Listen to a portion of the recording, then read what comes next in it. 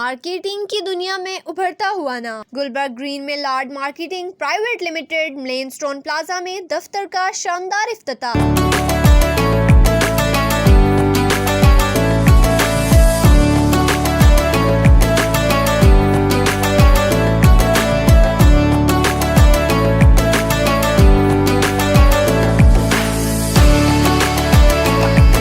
दफ्तर के CEO Raja Adil Khizar, owner Raja Shams, Raja Wajid, Mian Shahzad.